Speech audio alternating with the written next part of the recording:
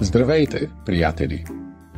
Днес ще споделя погледа върху живота на следния типаж – философията на експерта по всичко, гид за тези, които имат мнение по всички въпроси.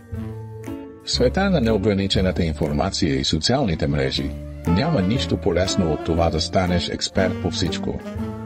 Дори и без никакви реални знания. Сега ще ви представя едно ръководство за начинаещи и напреднали, което ще ви помогне да постигнете този забележителен статус. Следвайте тези прости стъпки и скоро всички ще ви възприемат като гуру на всяка тема. Първа стъпка. Запомни няколко термина и използвай ги често. Независимо дали темата е квантова физика или кулинария, запомни няколко сложни термина и ги използвай възможно най-често. Например, ако говориш за икономика, споменавай кейнсианска теория и монетарна политика. Ако говориш за здраве, използвай думи като митохондрии и оксидативен стрес. Колкото по-сложно звучи, толкова по-убедителен ще бъдеш. Втора стъпка. Използвай общи изрази. Една от тайните на експертите по всичко е способността да говорят много, без да казват нищо конкретно.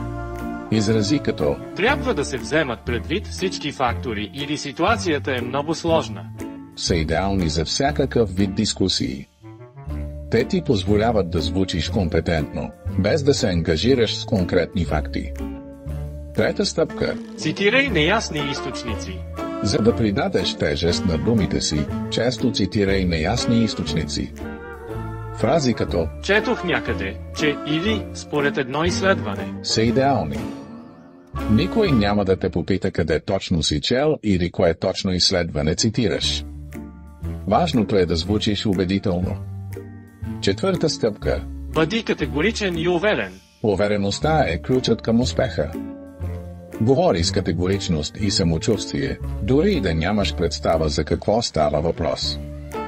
Хората са склонни да вярват на тези, които звучат сигурно в думите си. Не се колебай да използваш изрази като аз знам и със сигурност. Пета стъпка. Отхвърляй мненията на другите. Когато някой се опита да оспори твоето мнение, отхвърляй го с презрение. Използвай фрази като това е просто абсурдно или очевидно не разбираш темата. Това ще затвори устата на опонентите ти и ще ти придаде още по-голяма тежест като експерт.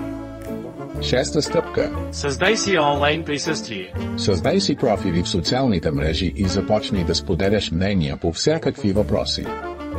Колкото повече, толкова по-добре. Използвай хештагове, коментирай актуални събития и не забравяй да публикуваш статии от неясни, но звучащи научно, източници. Важно е да се виждаш като активен и информиран. Заключение. С малко усилия и много увереност, всеки може да стане експерт по всичко. Важно е да знаеш как да звучиш убедително, дори и без реални знания.